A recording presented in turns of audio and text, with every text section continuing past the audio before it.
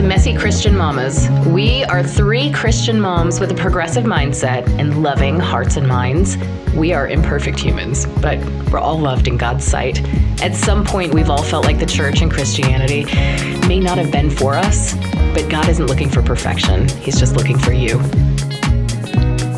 We are not experts in Christian theology, and we do not represent any particular Christian faith or church. We are simply here to be authentic, and we hope you join us on this journey. Hey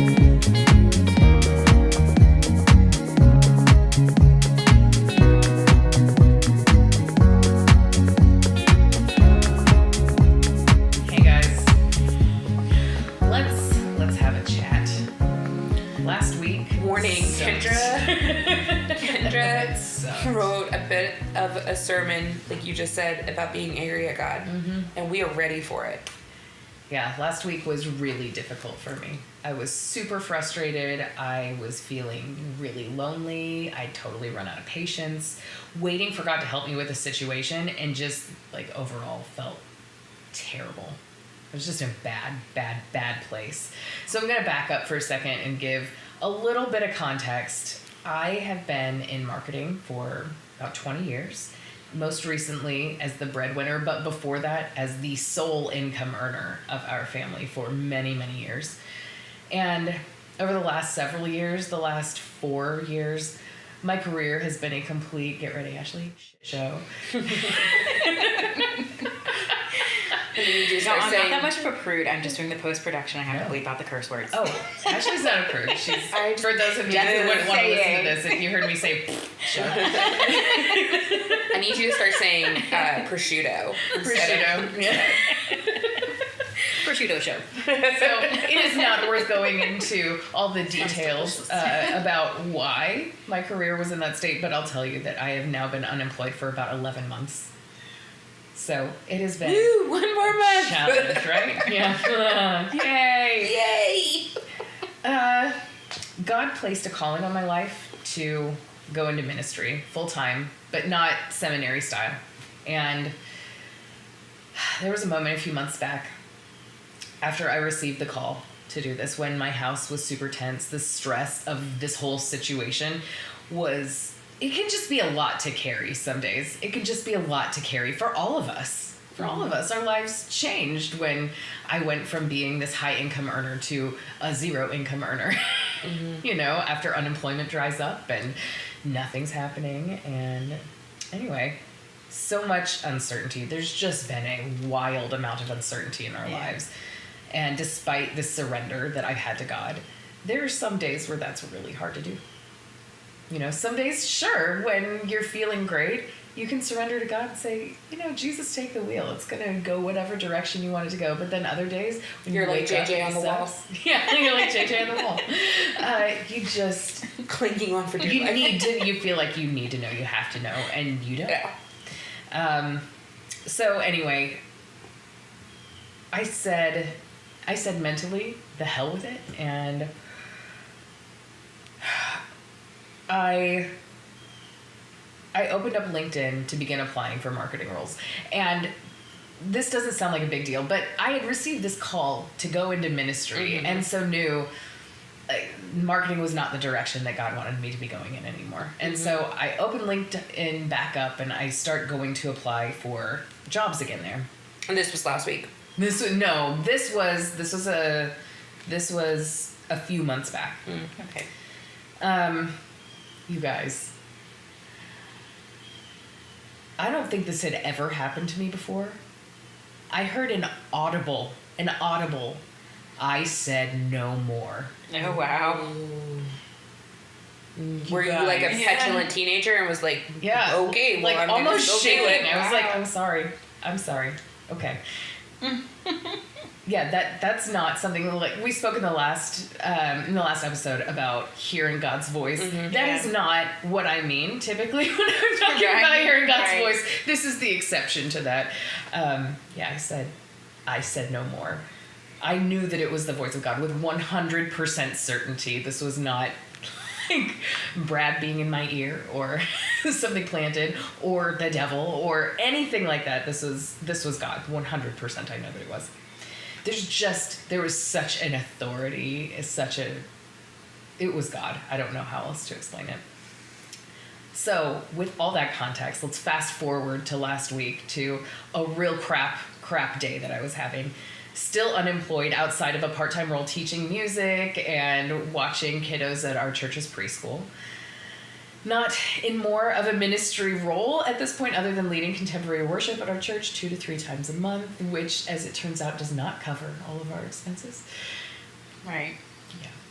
So here we are. I was just tired. I was exhausted and just feeling like I was worn out. Like my faith, my actions, my diligence, and God's promises did not seem to be bearing any fruit at all in my life. And I was feeling, just like I said, worn out and exhausted by it all. I felt like I was at the end of my rope, on my knees praying, and nothing was happening. It wasn't making a difference. Giving up so many things that God had asked me to sacrifice. So many things that I enjoyed that God had asked me to sacrifice. Yeah.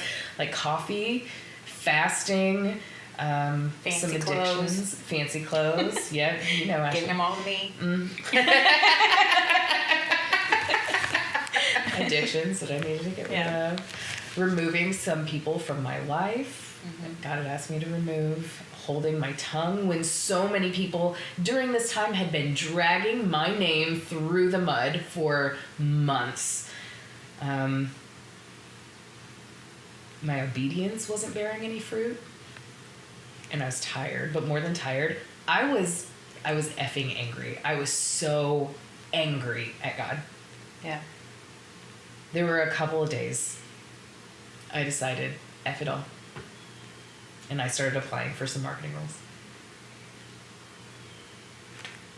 And I was still speaking with God, but I wasn't speaking with God. I was speaking at him. Angrily at God. Yes, exactly. You get it. I was blaming God for my circumstances, my struggles, my family struggles. And I was just so mad. I was so mad. No, I'm just like the Little Critters book. You guys remember? Mm-hmm. I was so mad. That Little Critters book. Yeah. But I kind of felt like that. Anyway, my relationship with God was, I felt like we were at odds. Like we weren't aligned in any way. And you know when your marriage or your relationship gets into that really hard place where you cannot seem to connect, where like anything you say to them, they are hearing in a totally different way than what you intended it. Mm-hmm. You're like saying, the light is red. And they're like, it is not green. Like, I just said it was red. Right. That's what I felt like was happening with God. Mm-hmm.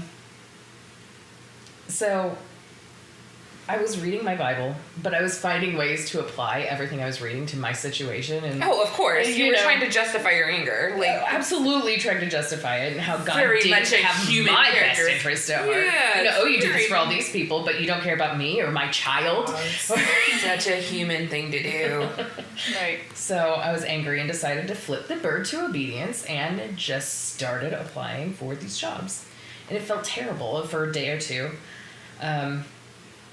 I started looking around the internet for what others, like heaven forbid I should actually look to the Bible for this, what others might be saying about anger specifically. Mm-hmm. And so I was looking at the internet and trying to find what was being said about being angry with God. And I ran across this article at gracefullyslappy.com that you can check out. Slappy's weird. It's like an acronym for being in a bad place. Oh, okay. So, and it really validated my feelings and helped me learn a couple things that I wanted to share with you all, because it was a really, really good article. There's maybe a couple caveats that we'll talk about in a minute here, but I thought overall it was really good. The writer references a lesson taught by David Couchman, who I will note I have no idea who that is and what his beliefs are and what he stands for. So I'm just going to put that out there. But this was well written. It was well thought through. It was about Jeremiah being frustrated with God. So if you don't know the story of Jeremiah was a prophet before the time of Jesus. And Jeremiah started a ministry, And that ministry, he believed that God had told him that his ministry would be very successful. And Jeremiah was in a state where his ministry was, it looked seemingly like it was a failure to anyone around him, complete failure. People, all of his so-called friends were like talking behind his back, and he wasn't accomplishing the work that he wanted to accomplish. So in Jeremiah 20, chapter 20, verse 7, thank you. There you go. Jeremiah angrily prayed to God, "O Lord, you deceived me, and I was deceived. You overpowered me and prevailed. I am ridiculed all day long. Everyone mocks me. Whenever I speak, I cry out, proclaiming violence and destruction. So the word of the Lord has brought me insult and reproach all day long." So Jeremiah was in an angry place with the Lord. Couchman says that Jeremiah felt that God forced him into being a prophet and misled him about the outcome. Instead of giving Jeremiah's ministry success, it looked to him like God had abandoned him to failure and shame. He felt boxed in, alone, confused. So he decides to stop and go back to farming or whatever.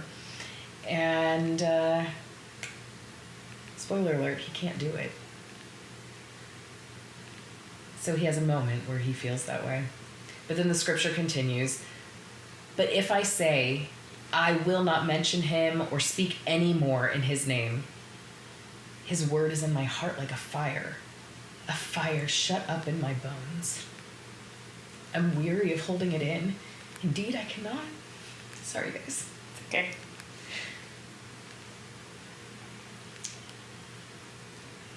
He wants to stop because he's exhausted, but he can't.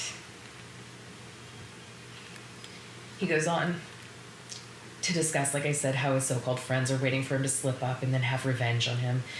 And finally remembers that God is with him and will judge his enemies. He petitions God to let him see God's vengeance upon them. "For to you I have committed my cause." Then he wraps it up with, "Sing to the Lord, give praise to the Lord. He rescues the life of the needy from the hands of the wicked." And that's how it's supposed to end, right? You're mad, then you sing God's praises, and you carry on, and you're in a happy place again, right? Except in Jeremiah's case, it did not end that way. He continues in verse 14, "Cursed," or cursed, "be the day I was born. May the day my mother bore me not be blessed." Then in verse 18 says, "Why did I ever come out of the womb to see trouble and sorrow and to end my days in shame?"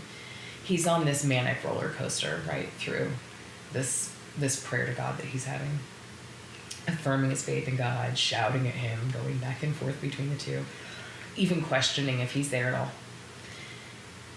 And then Jeremiah says, "You deceived me, God. You seduced me. You enticed me. You coerced me." And it ends there. And God did nothing to punish him. So here's what I think we can learn from this. It's okay to be angry at God. Oh, for sure. It's okay. In fact, talk to him when you're angry at him. Tell him that you're angry with him. Yeah, God can handle it. Yeah, exactly. God can handle your anger. Yeah. Yeah. He's not going to be offended. Nope. Jeremiah does. He even prays. God wants us to talk to him, to be honest with him. Because if you try to just be performative and use the toxic positivity, Right. I know this is a difficult situation, God, but I know you'll get me through this. If you don't feel that in your heart, he can see it. He knows it. Yeah. Yeah. So what's the purpose of that? You're trying to convince yourself, which fine, but he just sees right through it. So we need to be honest so that we can move through it to the other side of it. You can't move through that to the other side if you're cloaking it for Yeah. yourself. I also think that people put human characteristics on God. Yeah. You know, God's doing this because he wants me to be in pain. God has abandoned me. God is mad at me. Right. God is God's disappointed in punishing me me. for this right now. Like, you're putting all these human traits on someone who's not human. You Right. know, like, this is, God is this omnipresence, figure who, yeah, we know from the Bible, especially from the Old Testament, that he does get mad. And, but like God is even regrets getting mad. He also, turns around and be like, okay, maybe that was a little harsh, and, changes his mind. So I think it's one of these things where people are like, oh, I don't want to be angry at God. Why? Why do you not want to be angry at God? I don't think that shows that you doubt your faith. I think you admitting that you are angry because you're not getting your way is the first step to recovery. Absolutely. You're trying to be the potter when you are the clay. Yeah. Stop getting mad at the potter. You're the clay. You were supposed to be the one molded. Kendra, I just wanted to say that, our last episode was about prayer, but not a day goes by that I don't pray for you and your family.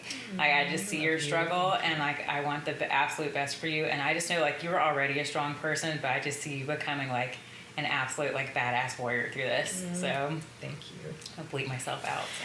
You're going to make me cry. Again. It doesn't say. Where did the thing go? Are you okay? No. Okay. Oh, there it is. I found it.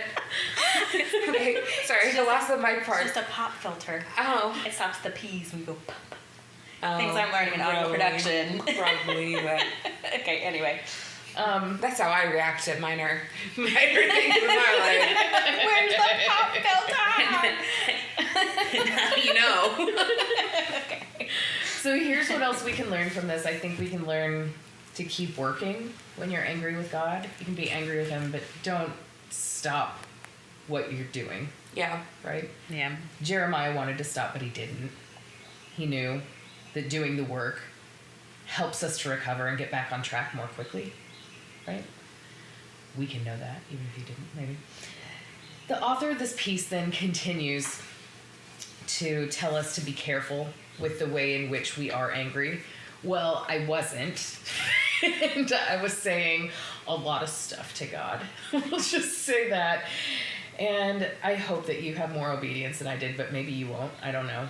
And I just want you to know God will forgive you. He's not going to He's a hold it parent. against you.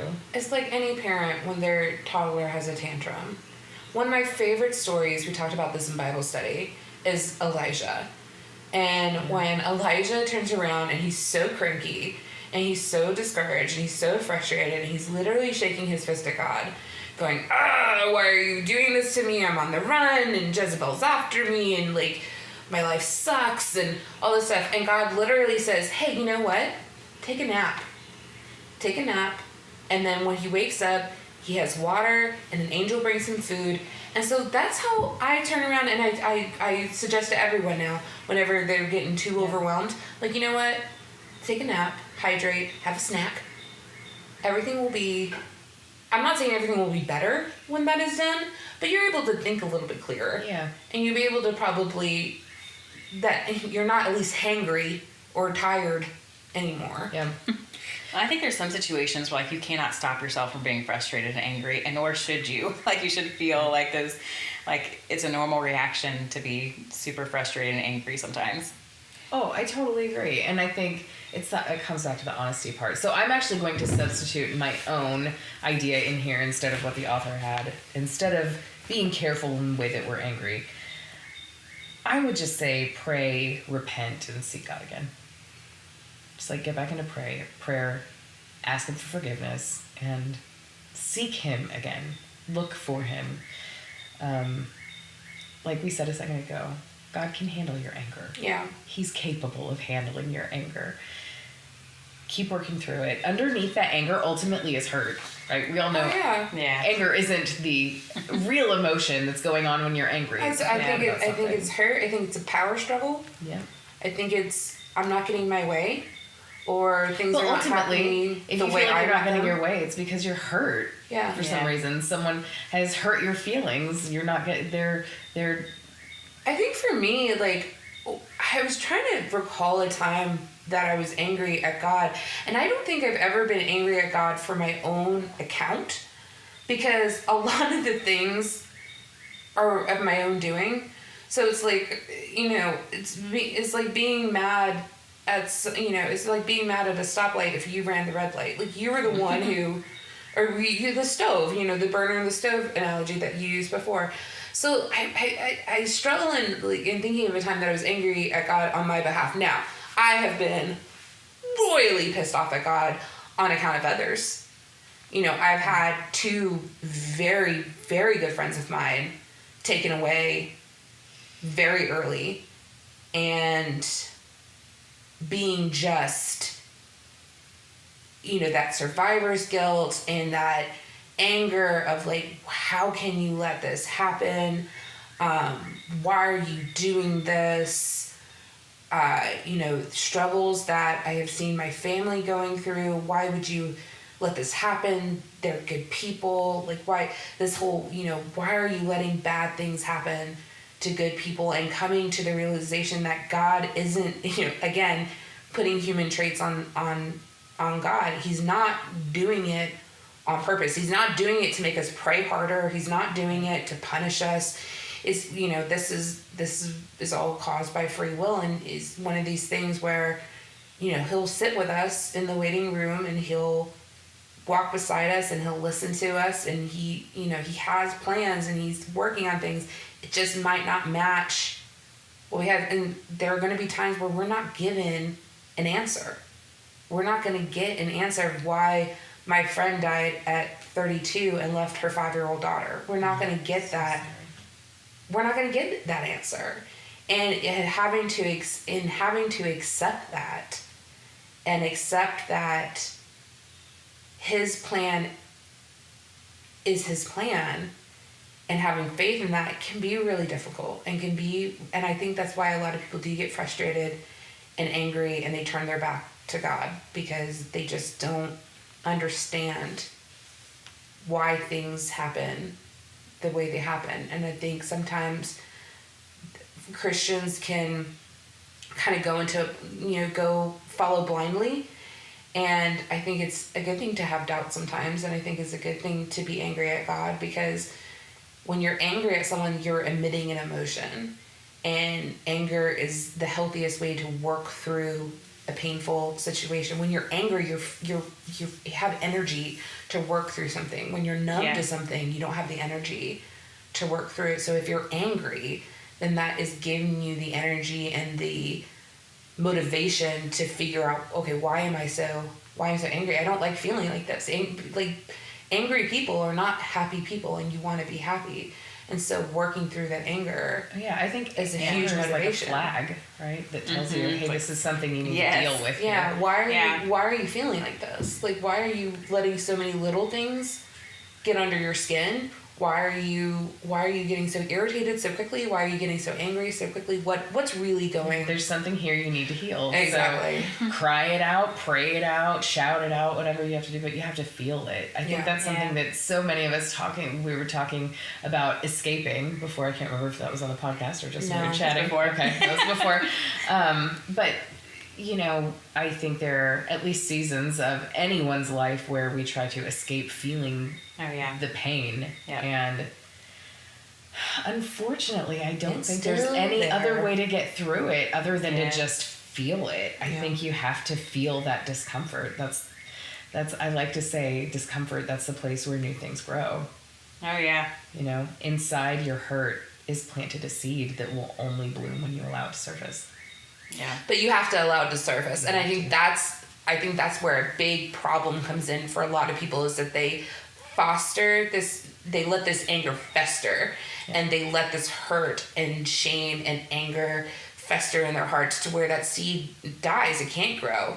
You have to let it out. You have to let the light in. You have to let air in. You have to you have to water it. You have to allow it to grow. And I think some people hold on to their anger like a badge of, I know I did, like hold on to their anger towards other people or towards God like it's a badge of honor. Anger can make you feel powerful. Yeah. When you feel so weak.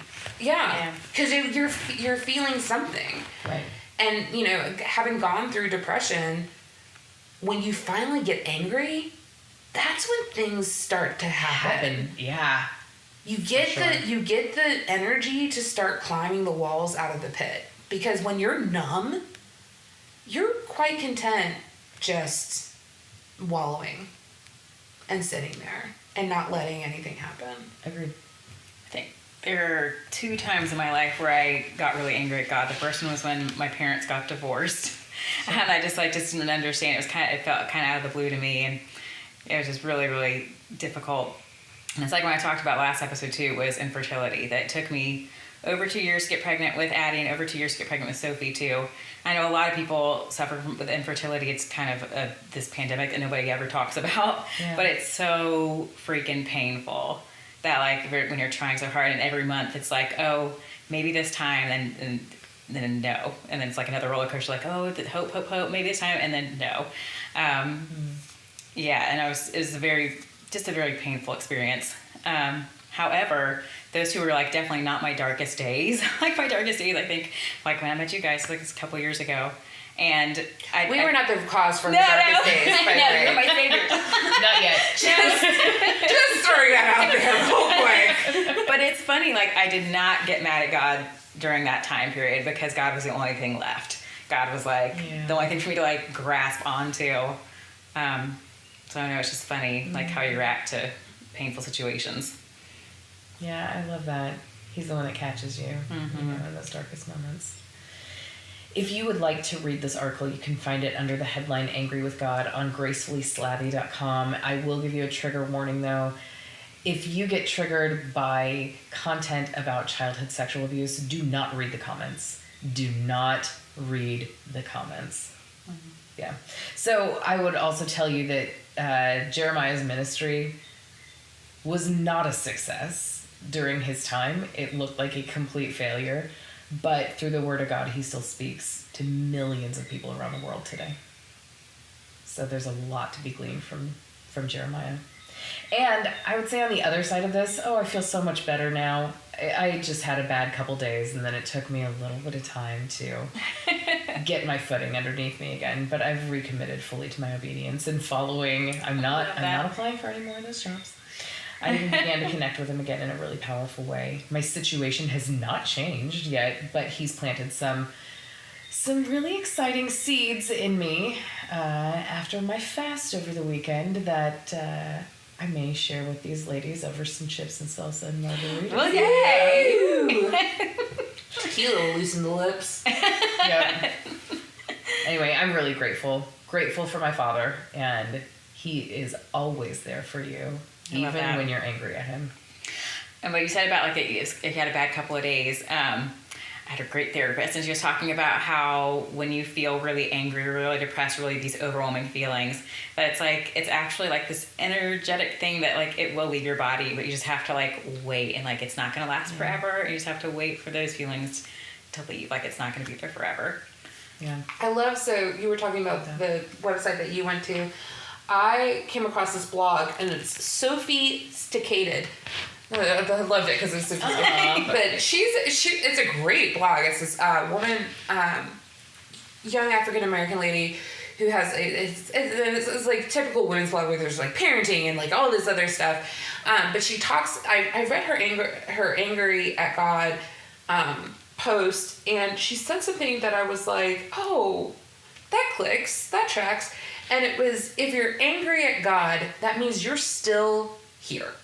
You're still standing. Mm-hmm. Which means that come hell or high water, you survived. Yeah. And you made it through. So if you have the ability to be angry, it means that you are still living. It means that you are still here for a reason. You are here for a purpose. And I think about, I can't remember who said it, but it was whenever you're having a bad day or a bad moment, and I heard it a lot when talking to youth about suicide, is that you've survived every day up until now. What makes you think that you can't survive today? Lean into the people who love you. Lean into the God that loves you.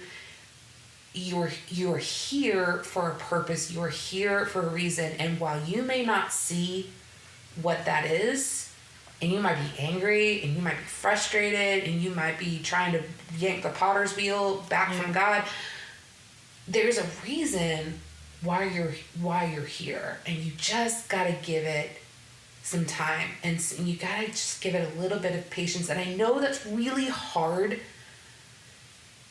when you're going through issues like infertility and going through issues with suicidal thoughts and going through addiction issues. That can be really tough to hear and say, well, Kaylee, you don't know my situation. You don't understand what I'm going through. You're right. Yeah. I some of these issues I haven't gone through, but I've gone through my own hell. I've gone through my own pit. I've gone through my own suicidal thoughts. I've gone through my own depression. I've gone through hell and high water. So I'm telling you that when you start feeling angry, that is your indication that something is going to change. That is your sign that is telling you you now have the energy to make moves. Love that. And you can either let it fester or you can use this energy to move forward. Yeah. And get healthy and get to the other side. Scream if you need to, shout if you need, cry if you need to, but that you're expressing an emotion. And that is where I don't worry about people who are angry. When people say, I'm mad at you, or I'm angry at God, I'm like, great. Yeah. Fantastic. That means you are feeling something. When people say they are numb, or they don't feel anything, that is when I worry. Yeah. That is when I have to go and sit with you. Yeah. Because you can't help someone who's dead weight. It's hard, and when you're dead weight, it's hard to move. It's hard to pull yourself out of bed in the morning. It's hard to get up and do anything. It's such an inactive state to it's be heavy. in that you're there because you can't get to another place, right? Yeah. Like, you can't move past it. And so anger is very different. It's such an aggressive emotion. It's such an active emotion that... I feel like women are kind of socialized to not express anger. Or if we're feeling angry, like, don't let people know. I don't know. You're like, I am so mad. Yeah. I'm like... Well, unless you're in the corporate world and then you're Oh, yeah. Right. Like the Taylor Swift song. Right. Yeah. Or in our house, you just could yell and it was fine. My favorite thing to do when I'm angry is to go out in the woods and find old trees and throw my other trees. Oh, I like that idea. What do you guys do? What do you do when you're angry? Like punch a pillow? I curse a lot anyway, but I don't have healthy ways of coping with anger. I've also heard like throwing eggs at trees is good. Ooh. I like that one. I like the breaking ice. Have you seen that? Where you take ice and you throw it on the ground, everything, and watch it kind of shatter. I would love to do a rage room. I know. I would love to do a rage room too. I'd love to do a rage room. Yeah. I think that's a good idea. We should do that sometime. No, I tend to eat when I'm I also tend to eat when I'm like sad. Yeah. As well. So I'm bored. Sometimes I'll go run until I'm like really angry. I'll go run. Oh, like, I should do that. Out. Man, that's a much healthier. Charlie has a great way of like dealing with her anger. She dances. Like she'll dance it out. Love it. I love it. She'll put on really angry music, which just cracks me up anyway because she's 9 and her idea of angry music and my idea of angry music are very different. I was gonna say, we're kids of like the mosh pit generation. Well, yeah. Well, my sister, I remember my baby sister was emo for a while, and I remember she was 12, I was 20, and I'd just be in the car and just listening to the screamo music and just being like, oh dear God. Which is not what your 12-year-old sister wants to hear. She does not want to hear her 20-year-old sister be like, it's really not that big a deal because you're 12 and you're going through your own version of hell and high water. So, but she'll put on like this angry, like she'll put on like Olivia Rodrigo. Olivia Rodrigo's her angry music, and she'll just dance to it and she'll just yell and all of that stuff. And I just think it's great. That's such a healthier way of dealing. Yeah. Yeah, I'm so in my head about all of my emotions. Like, I was just so trained, I think, like, not to express them. Right. That, I'm always in my head. But for me, when I'm angry now, like I was talking about, I research. I talk about it. You know what do I do other have a people healthy do when action. they're feeling this way, or what is Right. what is someone else's experience when they're here? I talk about it. I'll talk to my parents or friends about it. Like today, like Nikki got 6 videos in a row of me just venting about my day. And she just sent me back one saying, well, you're a better person than me because this is what I would do. And I was like, well, see, I'm not diabolical, so we're good. Well, Kaylee, I know you had some anger at God last week as well. How are you doing with that? I'm This is too personal. I'm sorry. No, you're fine. It's one of these things where, again, it wasn't for me. It wasn't me being angry for me. It was me being angry for a family member or a couple family members. And I have a tendency to spiral when I get mad or sad. And I have to kind of stop the spiral. I have, thankfully, therapy has taught me how to stop the spiral. But it was one of these things where I was just, I was just frustrated. I wasn't even so much think as angry. I was just so frustrated at God, going, why are you not answering this particular prayer? Yeah. Why can I not see the results of this? Why is this person still having to freaking deal with this issue? Do you not see all the hurt it's causing? Do you not care? And it was one of these things where I got really mad, and then it was kind of one of these things where I had to turn around and say, one, this is not your problem to fight. This is not your battle to fight. As much as you love this person, it isn't your battle. Two, your role in this is to be supportive to the person who you love. And you being angry at God for them probably isn't the best. They're already dealing with their own anger issues about this. They don't need to know that you're angry as well. And that was something that I had learned when my friend was suffering and before she passed, is when the last time I saw her, I told her, I said, look, it's really hard for me to be around you because I'm just so angry. I'm angry at you. I'm angry at the doctors. I'm angry at God. I'm angry at your friends. I'm angry at your family. I'm angry at everyone. So it's really hard for me to be around you. And she goes, I get it. I understand. And I said, I don't feel like that's healthy for you. She was like, Kaylee, I'm dying. I can handle your anger. And I just remember sitting there, and she was like, I have bigger things to deal with than you being angry. She was like, that emotion is not what ends me. She was like, I'm glad that you feel that way because it shows that you care. Yeah. And I appreciate that. That's you saying I love you. Yeah, but like you're also wasting this time that we have left together. Mm-hmm. And it was one of these things where I had to let it go in order to spend, and then got angry again after she passed, but it was one of these things I had to let go at the time. And so I was just reminded of that situation last week where it was, me being angry at God was how I was choosing to show love for this person, but it wasn't the healthiest way that I could show love for that person. Mm-hmm. So it was one of these things where I didn't want to band-aid it and say, well, I'm praying to God for you, but it was just one of these things where I was like, you know what, you can be angry, and that's okay. I'm not going to tell you that you shouldn't be angry. You should be. Yeah. But it's okay. Yeah. You're going to be fine. You're going to be okay. So. Yeah, I think anger is ultimately good. Yeah. Yeah. On the scale of emotions.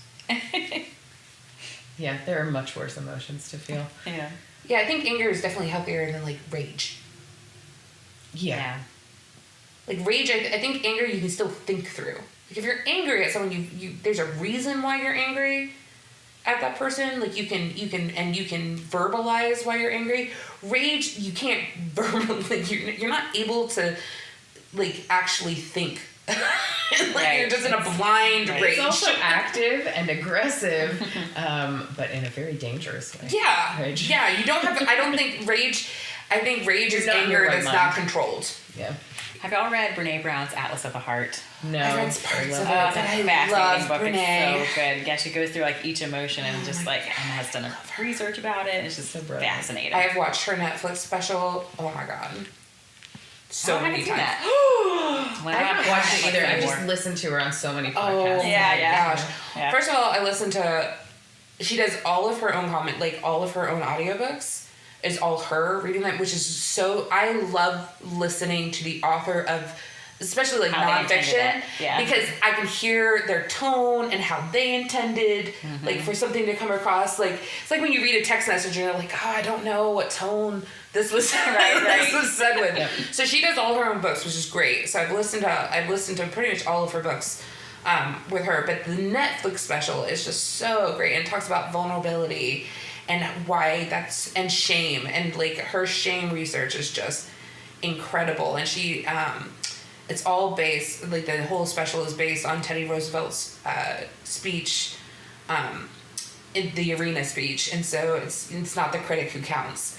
And basically meaning like, if you're not in the arena with me, like if you're not in the dirt with me, getting your face dirty, like going through this mud with me, then your opinion doesn't freaking matter. Like I don't give a hoot don't give a prosciutto about what you think, because you're in the stands. Yeah, or a capicola. You're in the stands, like sitting pretty and like have snacks. Like I'm in the dirt. Like I'm the one going through hell. So if you're not going through hell with me, then then your opinion doesn't matter to me.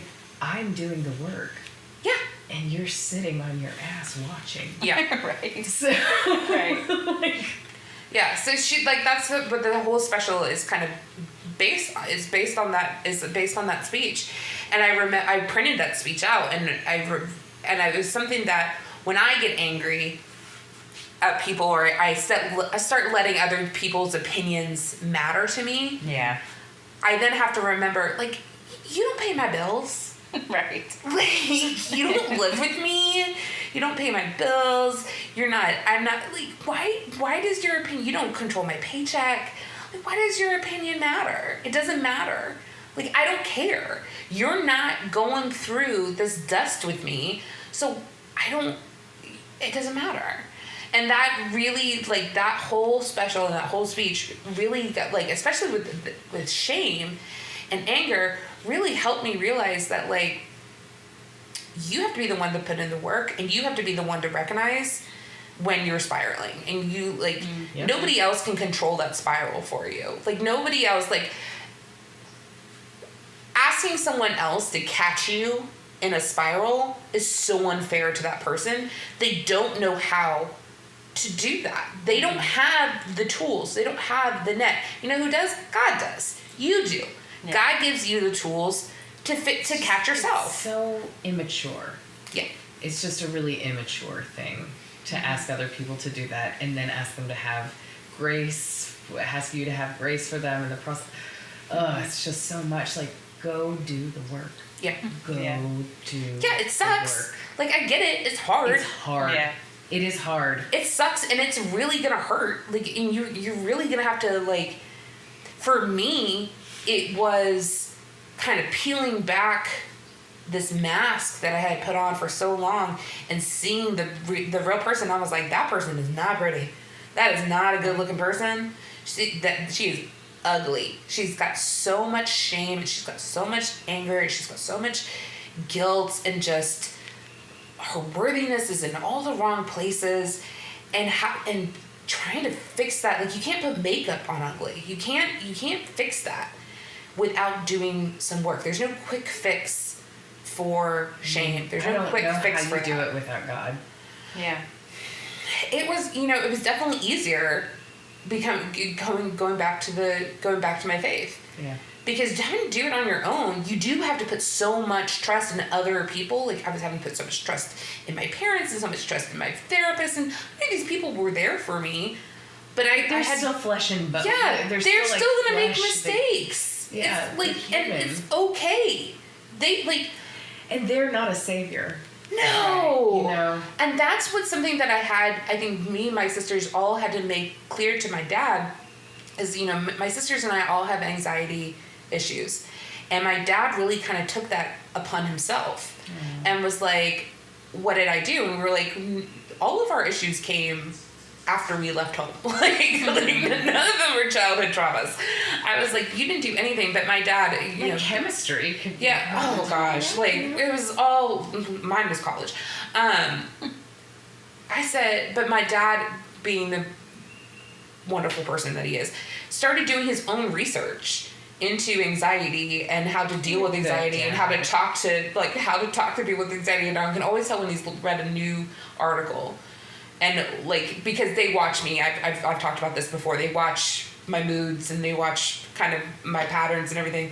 And I can always tell if my dad's read a new article or new videos across his desk, because he'd be like, so is anything triggering you? How are you feeling? And I'll just look at him like, oh God, what did you just read? But I appreciate it because that's how he's showing that he's watching out for me. And I think it's the same thing. It's really sweet. With God. When I'm angry at God, or I'm frustrated with God, or I'm disappointed in God, God finds these little ways to show me that he is still working. It might not be the way I want him to, but it'll be in little signs of, hey, I know you're upset with me right now, but I still love you and I'm still doing this for you, and I still have great plans for you and your family. They just might not be what you want them to be. Plans to prosper you. Yeah.